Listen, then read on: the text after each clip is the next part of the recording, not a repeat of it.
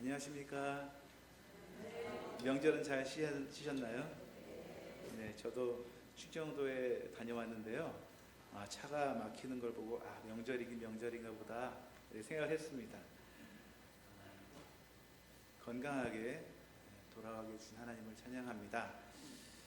저는 지금 목사님이 부재로 또 터키 선교 여행을 가셔가지고 대신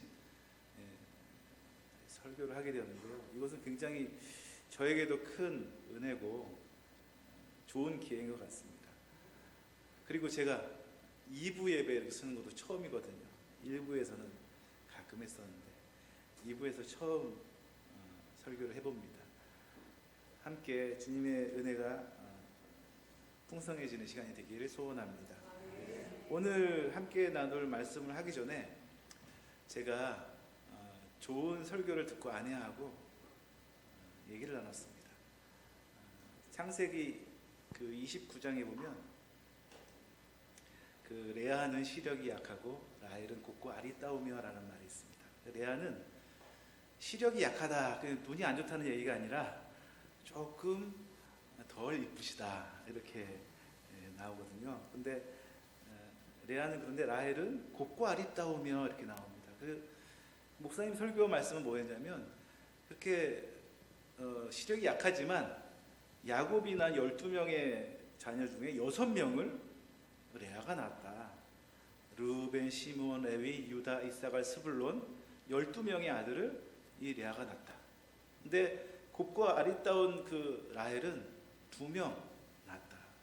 그 당시에는 자녀가 많은 것이 어떻게 보면 복의 중심이고 복을 받았다는 증거이기 때문에 자녀를 많이 낳은 것은 하나님의 큰 축복을 받은 것이다 라고 이렇게 말씀하시면서 하나님은 참 공평하시구나. 시력이 약한 그 분에게는 자녀를 많이 줘서 복이 많은 거로 해주시고 또 곱고 아리따우면 2명밖에 안 낳구나. 그 말을 저희 아내하고 나눴습니다.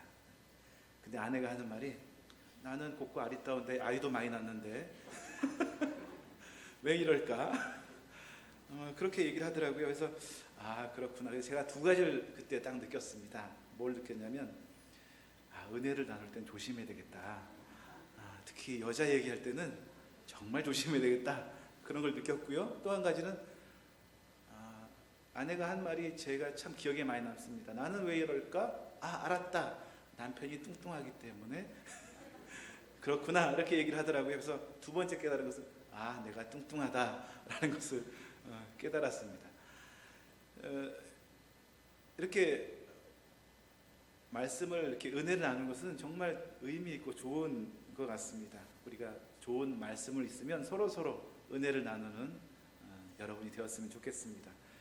오늘은 모세의 결단이란 제목으로 함께 나누고 싶은데요. 제목은 모세의 결단이지만 부제목이 있습니다. 그것은 뭐냐면 부흥을 위한 결단입니다. 단순히 모세를 위한 얘기를 하는 것이 아니고요. 이 모세를 통해서 나의 부흥, 우리 교회의 부흥, 우리 가정의 부흥, 우리 조직의 부흥에 대해서 함께 나눠보고 싶습니다. 결단을 잘 내리지 못하는 분이 많이 있습니다. 어떤 사람은 우유부단하다, 심성이 고운데 단호적이지 못하다, 여러 가지 얘기를 하는데 또 그분들의 말을 들어보면 나는 굉장히 신중하다 이렇게 얘기합니다. 우유부단한 것이 아니라 나는 신중하기 때문에 결정을 천천히 한다 라고 얘기합니다. 그게 접니다. 저는 신중하다고 생각하는데 아내는 저보고 너무 늦게 결정을 한다 이렇게 얘기를 하기도 합니다. 그러나 인생은 결단과 결정의 순간순간에 이어져 있습니다. 프랑스 철학자, 실존주의 철학자인 장 폴 샤르트르는 이런 얘기를 했습니다. 인생은 B와 D 사이의 C들로 결정되어진다. B는 뭘까요? 벌써 탄생. D는 데스, 죽음. 탄생과 죽음 사이의 C, 초이스, 결정으로 이루어진다라고 얘기를 하고 있습니다. 우리가 그러면 어떤 결정을 하는 것이 우리 인생의 풍요롭고 아름다운 결정이 될 수 있을까요? 그것은 바로 하나님의 선택이 바로 나의 선택이 되고 하나님의 결정이 바로 바로 나의 결정이 된다면 이것은 굉장히 풍성한 인생을 살게 될 것입니다. 이처럼 성공적인 인생은 없을 것입니다.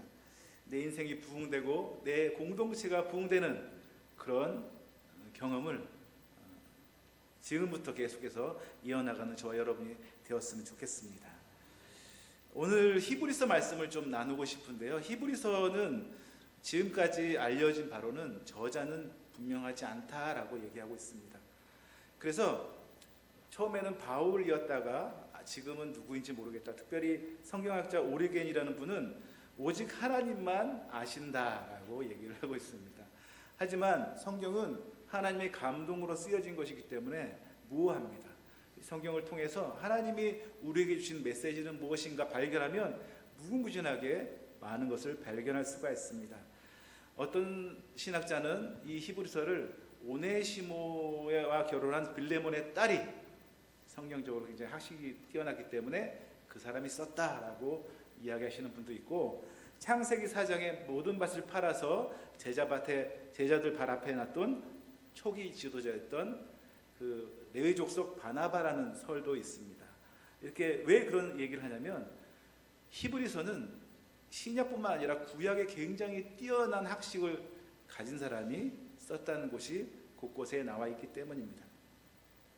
근데 이 히브리서가 쓰여진 이 시기는 1세기 정도 때 쓰여졌는데 굉장히 힘든 시기였습니다.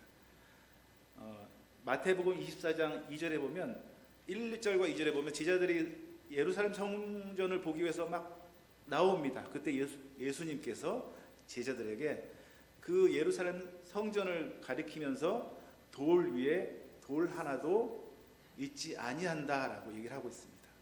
그것은 AD 70년에 실현됐어요. AD 70년에 로마군이 이스라엘을 포위하고 모든 이스라엘을 점령한 다음에 모든 것을 무너뜨렸는데, 특별히 성전은 성벽과 성벽을 쌓을 때 사이의 중간에 금으로 이어졌다라는 소문이 있어서 모든 성벽을 다 일일이 다 부쉈습니다. 그러니까 그 예언대로 돌 위에 돌 하나가 남아있지 않게 되었다는 것입니다.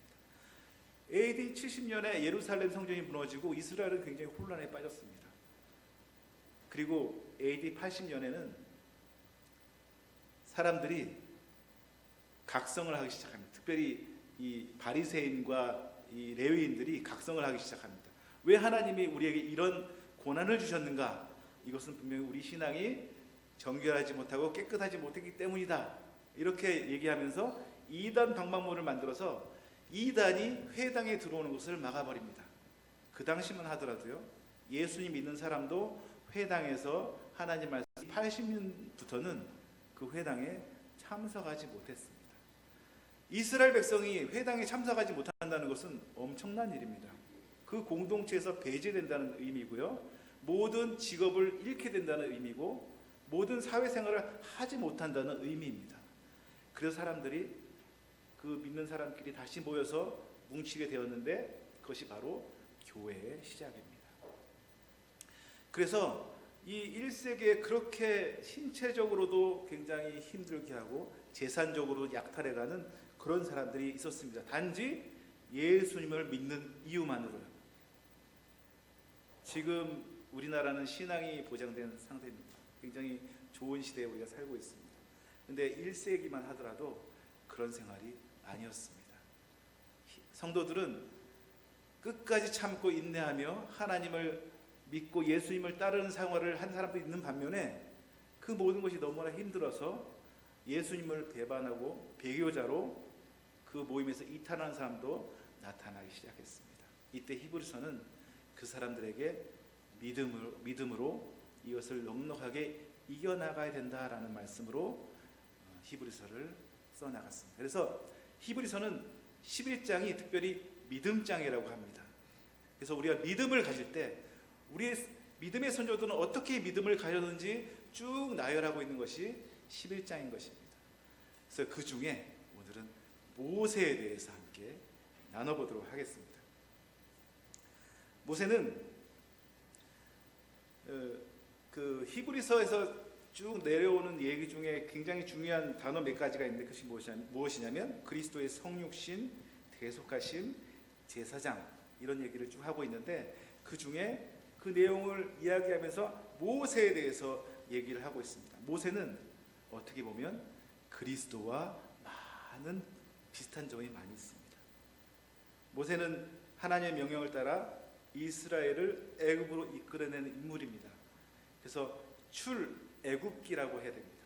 제가 어릴 때 출애굽기 했다가 선생님한테 혼난 적이 있는데 출애굽기가 아니라 출애굽기입니다. 애굽에서 나온 이야기이기 때문이죠. 우리가 어떻게 하면 하나님 명령에 순종하고 믿음의 결단을 하며 부응하는 삶을 살 수 있을까요? 그 첫 번째는 함께 읽어보도록 하겠습니다. 하나님의 계획을 받아들여야 합니다. 하나님의 계획을 받아들여야 합니다. 먼저 이 말씀은 모세의 부모님이 하신 그 일에 대해서 먼저 살펴봐야 될 것입니다. 23절입니다. 함께 읽어보도록 하겠습니다. 시작. 믿음으로 모세가 낳았을 때 그 부모가 아름다운 아임을 보고 석 달 동안 숨겨 왕의 명령을 무서워하지 아니하였으며. 애굽에 이스라엘 사람들이 히브리 사람들이 많아지니까 남자애들을 태어나면 나일강에 버리라고 명령을 했습니다. 그래서 수많은 아이가 나일강에 빠져서 죽었습니다. 그런데 모세의 부모님은 모세를 석 달 동안 집에 숨겼습니다. 어떻게 숨겼을까요? 바로 이 아이를 통해서 하나님의 뜻이 이루어질 것이라는 믿음이 그 부모님에게 있었습니다. 그래서 하나님 뜻이 무엇인지 모르겠지만 이 모세를 통하여서 하나님 뜻이 이루어진다는 확신 때문에 믿음으로 모세를 석 달 동안, 3살 동안 석 달 동안 숨기며 키워왔습니다. 근데 그 이후에는 도저히 키울 수가 없어서 아시다시피 갈대 상자에 모세를 넣어서 나일강으로 보내게 됩니다. 그때 발견한 사람은 바로의 공주였죠. 나일강은 그 당시 우상의 하나였습니다. 나일강의 신이란 존재로 인식했습니다. 그래서 물에서 건져냈다라는 뜻인 모세는 바로 물의 신이 보내준 사람이라는 인식을 가지고 공주가 자연스럽게 모세를 받아들이게 되고 공지 아들로 궁궐에서 살게 되었습니다. 근데 이 말씀은 우리 구주 예수님의 예수님의 때와 너무나 비슷한 점이 있습니다. 예수님도 베들레헴에서 태어났을 때 동방의 박사들이 찾아옵니다. 그래서 예루살렘 성에 들어갔을 때 여기 유대 왕이 어디 있느냐라고 헤롯 왕에게 얘기를 합니다. 그때 깜짝 놀랐습니다. 왜냐하면 헤롯에게는 왕이 될 사람이 없었기 때문에 그렇죠. 성경에 보면 이 말을 듣고 온 이스라엘이 소동한지라라고 얘기하고 있습니다. 유대인의 왕이 태어났는데 이것이 궁궐이 아니라면 어디인가라고 온 이스라엘 사람들이 회자되었던 얘기입니다. 그때 헤롯이 자기 자식이 이 왕권을 이어받지 못한다는 사실을 깨닫고, 헤롯은 자기 그 인간적인 왕을 생각했기 때문에 왕권을 이어지지 못한 것을 깨닫고 그 예수를 죽이고자 했습니다. 그래서 동방박사에게 가서 나도 경배하게 하라라고 부탁을 합니다. 근데 동방박사들은 그 헤롯 왕에게 가지 말라는 말씀을 듣고 다른 길로 고국을 가게 되죠. 그것을 나중에 알게 된 헤롯은 베들레헴과 그 주위의 지경에 2살 아래에 있는 아이를 모두 죽이라는 명령을 합니다. 어떻게 보면 모세와 아주 비슷한 이야기가 됩니다. 이 히브리 사람들은 그 당시 이스라엘 사람들이 가장 존경하고 유명하고 가장 신뢰했던 선지자가 있다면 바로 모세였습니다. 그 모세와 동일하게 예수님도 똑같은 일을 겪으셨구나라는 생각을 하고 예수님을 생각하게 되었을 것입니다. 마태복음 2장 16절을 한번 함께 읽어보도록 하겠습니다. 시작. 이에 헤롯이 박사들에게 속은 줄 알고 심히 노하여 사람을 보내어 베들레헴과 그 모든 지경 안에 있는 사내 아이를 박사들에게 자세히 알아본 그때를 기준하여 2살 그 아래로 다 죽이니. 이 죽이기 전에 요셉은 하나님께서 다른 곳으로 피신하라고 명령하셔서 그대로 순종해서 결국에는 예수님은 목숨을 건지게 됩니다. 모든 것이 하나님의 계획에 의해서 움직여지는 듯 했습니다. 만약에 하나님 계획이 그대로 우리가 실천하게 된다면 순풍에 닻을 순풍을 탄 배처럼 자연스럽게 이어나가게 될 것입니다. 하나님의 계획은 우리의 계획보다 크십니다. 믿으십니까? 우리의 계획보다 하나님의 계획은 너무나 치밀하고 너무나 분명하십니다. 그래서 우리가 먼저 해야 될 것은 하나님의 계획을 먼저 묻고 그대로 순종하는 삶을 살아야 합니다. 하나님의 계획을 보지 못하게 만드는 세상의 압력에서 벗어나서 나를 향한 하나님의 계획이 반드시 있음을 알아야 합니다. 우리 인생을 향한 하나님의 계획은 분명하게 있습니다. 분명히 있습니다. 그 계획은 나의 계획보다 크고 견고하고 아름답습니다. 하나님의 계획은 이미 우리에게 주어졌습니다. 말씀으로 이미 선포되셨습니다. 그래서 말씀을 보면 하나님이 나에 대한 아름다운 계획을 알 수가 있는 것입니다. 하나님의 계획을 붙잡고 나아가서 믿음에 굳게 서는 저와 여러분이 되기를 예수님의 이름으로 축원합니다. 두 번째, 함께 읽겠습니다. 영원한 시각을 가져야 합니다. 영원한 시각을 가져야 합니다. 한번 24절, 25절을 함께 읽어보도록 하겠습니다. 시작. 믿음으로 모세는 장성하여 바로의 공주의 아들이라 칭함받기를 거절하고 도리어 하나님의 백성과 함께 고난받기를 잠시 죄악의 낙을 누리는 것보다 더 좋아하고. 아멘. 여기서 잠시 바로의 공주의 아들이라 칭함을 받기를 거절하고 도리어 하나님 백성과 함께 고난받기를 잠시 죄악의 낙을 누리는 것보다 더 좋아했다고 성경에 나와 있습니다. 혹시 마시멜로 시험이라는 걸 혹시 들어본 적 있으신가요? 4살 먹은 아이들이 앞에 마시멜로 하나를 놓고 내가 선생님이 조금 있다 올 동안 이 마시멜로가 그대로 있으면 내가 그때 마시멜로 2개를 줄게 라고 얘기를 하고 자리를 떠납니다. 근데 4살 먹은 아이들은 거의 대부분이 그것을 참지 못하고 그 마시멜로를 먹어버립니다.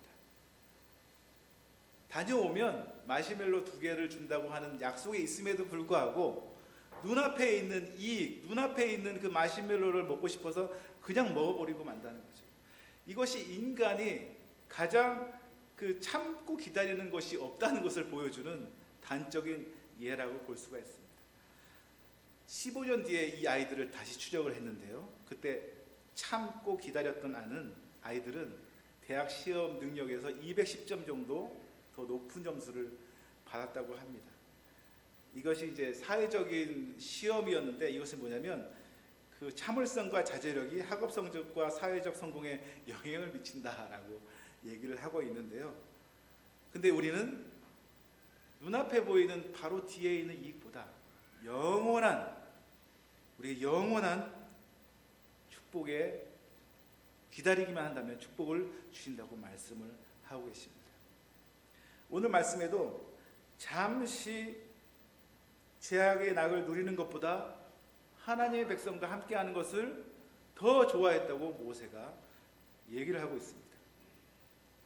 히브리서 11장 26절에 모세가 공주의 아들로 현재 권리를 포기하고 애굽의 모든 재물들을 누리는 누리는 것보다 영원한 하나님의 백성과 함께 고난받기를 선택했다고 얘기하고 있습니다. 모세는 자기 형제인 히브리 노예를 돕겠다고 무력으로 개입해서 애굽 사람을 죽였습니다. 이것은 모세가 자신을 히브리 사람이다 라고 인정하는 행위고 바로의 공주의 아들됨을 부인하는 행위였습니다. 이 하나 때문에 모든 기득권을 포기하고 하나님의 나라의 사람으로 살게 되었습니다. 모세는 바로의 궁전에서 왕자로 가질 수 있는 모든 권한을 향유하고 세상적인 온갖 쾌락을 다 즐길 수 있는 위치에 있었습니다. 그러나 그는 그것을 포기하고 하나님의 백성과 함께 고난받기를 원했습니다. 여기서 하나님 백성이라는 것은 뭐냐면 그냥 이스라엘 백성을 얘기하는 것이 아니고요, 민족적 개념을 얘기하는 것이 아닙니다. 그것은 영적인 하나님의 백성을 얘기하고 있습니다. 이거 다르게 얘기하면 그리스도를 믿는 자들을 얘기하고 있고요, 다르게 얘기하면 교회라고 얘기할 수가 있습니다. 솔직히 얘기하면 우리가 이 추석 명절 하루 더 쉬다 올 수 있는 날이잖아요. 근데 주일이 딱 걸려가지고 멀리 가지도 못하고, 저만 그런 생각. 그렇지 않죠? 우리는 주님을 위해서 예배드리기 위해서 이곳에 왔지 않습니까? 우리는 우리의 기쁨이 있습니다. 세상 사람들은 그것을 알지 못하기 때문에 우리를 비난하고 조롱하고 손가락질하기도 합니다. 여기서 죄악의 낙이라고 나와 있는 이 말은 뭐냐면 모세가 왕국에서 도덕적으로 타락했다는 말이 아니고요, 하나님의 부르심을 깨닫고도 그대로 왕궁에 머물러 있었다면 그 자체가 하나님 명령에 불순종하는 큰 죄악이 된다는 얘기입니다. 그냥 내가 나쁜 짓을 해가지고 그냥 그래서 죄를 짓는 것이 아니라 하나님 명령에 순종하지 않는 삶, 그 삶이 큰 죄악이라는 거죠. 우리의 부흥을 위해서 어떻게 될까요? 그러면 하나님이 명령하시면, 하나님이 순종하라고 원하시면 네, 알겠습니다 하고 순종하는 삶을 살아야 한다는 것입니다. 그래서 더 좋아하고라는 헬라어 말은 말론 헤로메네스라고 하는데, 이것은 뭐뭐보다 무엇을 택하다라는 뜻입니다. 이것은 모세가 직접 판단해서 선택했다는 것을 의미하고 있습니다. 모세는 하나님의 명령을 거역하고 왕국의 그냥 일시적인 평안함과 안식을 누리는 것보다 하나님의 백성과 함께 고난받는 것을 더 가치 있게 여겼습니다. 여기서 상이라고 얘기하고 있는데, 이 상이라는 것은 하나님은 분명히 상을 주신다는 것을 알아야 됩니다. 하나님께 믿음이 없이는 기쁘시기 못하나니 하나님께 나아가는 자는 반드시 그거에 계신 것과 그가 자기를 찾는 자에게 상 주시는 이심을 믿어야 할지니라. 아멘. 우리가 영원한 것을 향한 시각을 가지고 있지 아니하면 바로 앞에 눈앞에 있는 이익, 눈앞에 있는 평안함, 눈앞에 있는 이기적인 행동만 가지고 살아간다면 우리는 불행한 삶을 살 수밖에 없습니다. 영원한 것을 바라보고 영원한 것을 생각하며 나아가는 저와 여러분이 되었으면 좋겠습니다. 여기서 주목해야 될 것은 바로 그리스도를 위하여라는 말씀입니다. 구약의 모세가 어떻게 그리스도를 위해서 일을 했다고 말씀하고 있을까요? 이것은 이 시대 사람들이 하나님 백성은 하나님과 늘 영원히 한다는 것을 인정하고 있는 말씀입니다. 이사야 63장 9절에 보면 그리스도가 그들의 모든 환난에 동참하사라는 말씀도 있습니다. 우리가 고린도전서 10장 4절을 보면은 고린도전서 10장 1절에서 4절을 한번 읽어보도록 하겠습니다. 시작. 형제들아, 나는 너희가 알지 못하기를 원하지 아니하노니 우리 조상들이 다 구름 아래에 있고 바다 가운데로 지나며 모세에게 속하여 다 구름과 바다에서 세례를 받고, 다 같은 3절 4절 그 다음에 시작. 다 같은 신령한 음식을 먹으며 다 같은 신령한 음료를 마셨으니 이는 그들을 따르는 신령한 반석으로부터 마셨음에 그 반석은 곧 그리스도시니라. 모세가 있던 그 당시에 그 반석에 음료가 나서 마셨는데 그 반석이 바로 그리스도 예수라고 얘기를 하고 있는 것입니다. 그리스도가 바로 모세가 있던 그 당시에 하나님과 함께 동행했다는 사실입니다. 놀랍지 않습니까? 그 예수님이 지금 신약에만 있는 것이 아니라 이미 구약에서도 함께 하셨다는 것, 더 중요한 것은 바로 지금 여기서도 함께하고 계시다는 것입니다. 구약에 있던 예수님, 신약에 있던 예수님, 바로 이 자리에도 늘 우리와 함께하는 예수님, 그 예수님과 함께한다면 우리가 영원한 것을 놓칠 수가 없습니다. 그리스도는 하나님의 백성과 함께 동행하시는 분이시기 때문에 모세가 하나님의 백성과 함께 고난받은 것은 그리스도를 위하여 고난을 받는 것과 동일한 것이었습니다. 여러분, 우리가 그리스도와 함께 한다면 우리가 어떤 어려움이라도 이겨나갈 수 있겠지요. 힘듦과 어려움이 있을지라도 넉넉하게 이겨나갈 수 있을 것입니다. 26절을 한번 읽어보도록 하겠습니다. 시작. 그리스도를 위하여 받는 수모를 애굽의 모든 보화보다 더 큰 재물로 여겼으니 이는 상 주심을 바라봄이라. 여기서 상이라고 해당되는 헬라어는 미스타 포도시안이라고 하는데 이것은 보상이라는 뜻입니다. 보상을 해주신다는 것입니다. 히브리서는 그리스도를 믿음으로 인하여 고난당하는 사실을 알고 모세의 경우를 예를 들어서 성경을 읽는 이 히브리서를 읽는 이 사람들로 하여금 하나님의 상을 바라보면서 기꺼이 고난에 동참하도록 독려를 하고 있는 것입니다.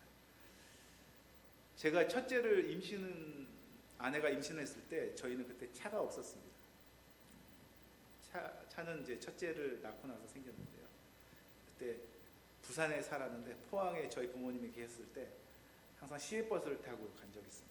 아내가 6개월이 되니까 배가 저만큼 나오더라고요. 저만큼 나와가지고 부모님 항상 싸주시는 그 맛있는 반찬을 얻기 위해서 빈통을 들고 이제 아내는 이제 버스를 타고 내려오다가 배가 이렇게 나오니까 앞이 안 보여서 그만 버스 계단을 헛발을 지어서 넘어졌어요. 제가 그 옆에서 봤는데 정말 붕 날았습니다. 배는 이만큼 있는 사람이 붕 나르니까 무릎도 까지고 굉장히 배가 아프다고 하는 거예요. 그 당시까지만 해도 배가 아픈 적이 없었는데 이상하다 큰일 나겠다 하고 그 포항에 가는 부모님 댁에 가는 것을 잠시 보류하고 병원에 갔습니다. 병원에 갔는데 저는 그때 굉장히 힘들었어요. 왜냐하면 저는 하나님을 위해 사는 사람인데 왜 저에게 이런 고난을 주십니까? 혹시 아이를 잘못되면 어떻게 하나님 책임지실 것입니까? 막 하나님께 막 대들면서 따졌어요. 근데 하나님이 제가 막 그렇게 기도를 하고 있는데 갑자기 말씀을 주셨습니다. 무슨 말씀을 주셨냐면 현우야, 너는 왜 감사를 하지 못하냐? 이런 말씀하시는 거예요. 이런 상황에 무슨 감사를 할 수 있다고 하십니까? 제가 그때 딱 깨달은 게 뭐냐면 제가 그 전주에 학생들에게 감사하라고 내가 설교를 했거든요. 우리가 그리스도인으로 다른 사람과 다른 점은 감사하는 마음이다. 감사할 때만 감사하는 것이 아니라 감사하지 못할 상황에서도 감사를 해야 된다. 이것이 바로 믿는 자들의 표시다. 제가 그렇게 학생들에게 강조를 막 하고 있었는데 제가 그렇게 일을 다 하고 나니까 감사가 나오지 않더라고요. 그때 하나님이 저에게 말씀하셨습니다. 너 감사를 해라. 그래서 저는 아내는 의사하고 진찰을 받고 있고 저는 밖에 나와서 고개 숙이면서 기도를 하고 있었는데 그때 의사 선생님이 나와서 말씀을 해주시더라고요. 어떻게 됐습니까? 양수가 많아서 애는 안 자랍니다. 양수가 많아져서 놀라운 사실은 그 전까지만 해도 애가 너무 조용해서 얘가 어떻게 됐는지 궁금했는데 얘가 그때부터 놀랬는지 막 축구를 하고 농구를 하고 막 뱃속에서 막 움직였던 것입니다.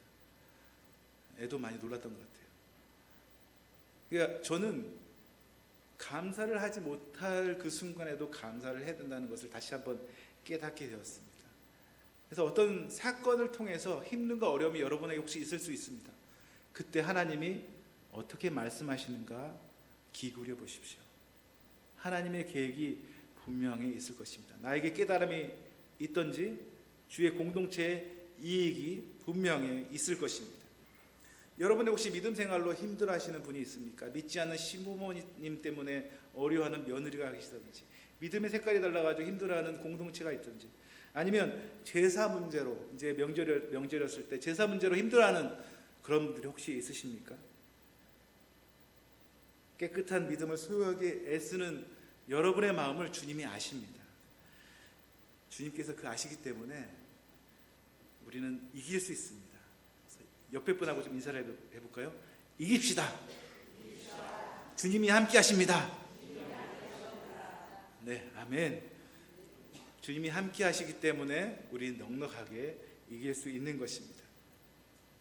그래서 우리는 지금 비록 고난이 있고 힘들지라도 영원한 것을 바라보는 시각을 가지고 끝까지 나아간다면 우리 넉넉하게 승리하고 부흥된 삶을 살아갈 수 있을 것입니다. 그렇게 행동하는 저와 여러분이 되었으면 좋겠습니다. 아멘. 세 번째 한번 읽어보도록 하겠습니다. 하나님의 약속을 받아들여야 합니다. 하나님의 약속을 받아들여야 합니다. 한번 읽어보도록 하겠습니다. 28절 29절입니다. 시작. 믿음으로 유월절과 피 뿌리는 예식을 정하였으니 이는 장자를 멸하는 자로 그들을 건드리지 않게 하려 한 것이며 믿음으로 그들을 홍해를 육지같이 건넜으나 애굽 사람들을 이미 시험하다가 빠져 죽었으며. 아멘. 바로 유월절도 구약이지만 예수님의 모형입니다. 한 마리의 양의 피로 말미암아 그 가족이 모두가 살렸듯이 예수님이 흠없으신 그 예수님이 단번에 들이셨고 예수님의 그 피로 단번에 우리 죄를 위해서 들이셨고 믿는 이들로 단번에 정결되고 거룩함을 얻게 되었습니다. 이것은 자기 백성을 놓지 않으시겠다는 하나님의 약속의 근거가 되었습니다. 19절 한번 민수기 23장 19절입니다. 한번 읽어보도록 하겠습니다. 시작. 하나님은 사람이 아니시니 거짓말을 하지 않으시고 인생이 아니시니 후회가 없으시도다. 어찌 그 말씀하신 바를 행하지 않으시며 하신 말씀을 실행하지 않으시랴. 하나님은 분명하게 말씀하신 바를 행하시고 말씀하신 그대로 우리에게 함께 해주신다고 말씀하고 계십니다. 이는 하나님이 신실하신 분임을 말씀하고 있는 것입니다. 모세가 이스라엘 사람들을 이끌고 홍해 앞에 머물렀습니다. 뒤에는 애굽 군대들이 달려오고 있습니다. 모세의 명령에 순종해서 이스라엘 백성은 갈라진 홍해를 걷기 시작했습니다. 이것은 이스라엘 백성들이 모세와 함께 믿음을 함께 했다는 얘기입니다. 실제로 구약 성경에서 이스라엘 백성이 홍해를 건넌 이 사건은 하나님의 주권과 변치 않는 그의 사랑의 언약을 나타내는 경이로운 사건을 말씀하고 있습니다. 히브리서 11장 29절에는 마치 육지와 같이 건넜다라고 얘기하고 있습니다. 이스라엘 백성을 젖과 꿀이 흐르는 땅으로 이끄시겠다는 하나님의 약속을 하나님은 분명하게 지키신 것입니다. 그리고 백성들은 이 하나님의 약속을 굳건하게 믿은 것입니다. 여러분이 지금 갖고 있는 하나님의 약속은 무엇입니까? 하나님은 어떤 약속을 여러분에게 해주셨습니까? 하나님의 약속을 꼭 붙드시기를 바랍니다. 그리고 약속의 말씀을 믿고 앞으로 나아가시기 바랍니다. 이것이 바로 모세를 통해서 나에게 주신 하나님의 부흥의 비결입니다. 말씀대로 살고 말씀을 붙잡고 그 약속의 근거에 살면 하나님은 분명하게 그 열매를 우리에게 보여주실 것입니다. 아무리 기도해도 전혀 바뀌지 않을 것 같은 그런 상황에서도 믿음이 흔들리고 현실과 타협하고 싶은 마음이 든 적이 있을지라도 우리는 약속을 붙잡아야 합니다. 그럴 때 마침내 주님의 약속은 성취가 되어서 우리 앞에 그 약속의 결과들이 펼쳐지게 될 것입니다. 우리는 올바른 결정을 내리기 위해 우리를 향한 하나님의 계획을 받아들이고 영원한 시각을 가지고 하나님의 약속을 믿고 나아가야 할 것입니다. 이번 한 주간은 우리 덕양중앙교회 모든 성도님 모두가 하나님께서 기뻐하시는 삶을 살아갈 때 그 결정을 잘 내리고 순종의 열매를 잘 맺는 한 주가 되시기를 예수님의 이름으로 축원합니다. 모세 결단 한번 읽어보도록 하겠습니다. 하나님의 계획을 받아들여야 합니다. 하나님의 계획을 받아들여야 합니다. 영원한 시각을 가져야 합니다. 영원한 시각을 가져야 합니다. 하나님의 약속을 받아들여야 합니다. 하나님의 약속을 받아들여야 합니다. 제가요 이 말씀을 준비할 때 찬양을 한 곡 같이 하고 싶어서 준비를 해봤습니다. 찬양을 한번 같이 하고 싶은데 오직 예수뿐이네 이 찬양을 한번 같이 하겠습니다.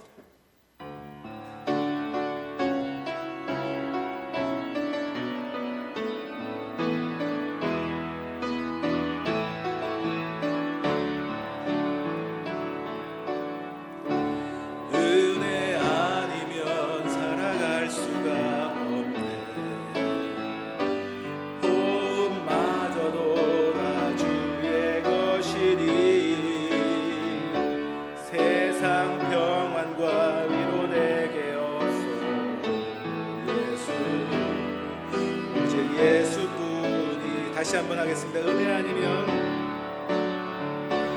은혜 아니면 살아갈 수가 없네. 호흡마저도 다 주의 것이니 세상 평안과 위로 내게 없어. 예수 오직 예수뿐이네. 그 신궤 가볼 수도 없고 작은 고난에 지쳐도 주께 묶인 나의 모든 삶 버티고 견디게 하시네. 은혜 아니면 살아갈 수가 없네. 나의 모든 것 다 주께 맡기니 참된 평안과 위로 내게 주신 예수 오직 예수뿐이. 이 시간 함께 눈을 감고 기도하겠습니다. 주님, 주의 말씀을 따라 살겠습니다. 하나님의 계획을 받아들이고 영원한 시각을 가지고 하나님 약속을 부여잡고 살겠습니다. 함께 기도를 모두로 하겠습니다. 기도하겠습니다. 오 하나님 아버지,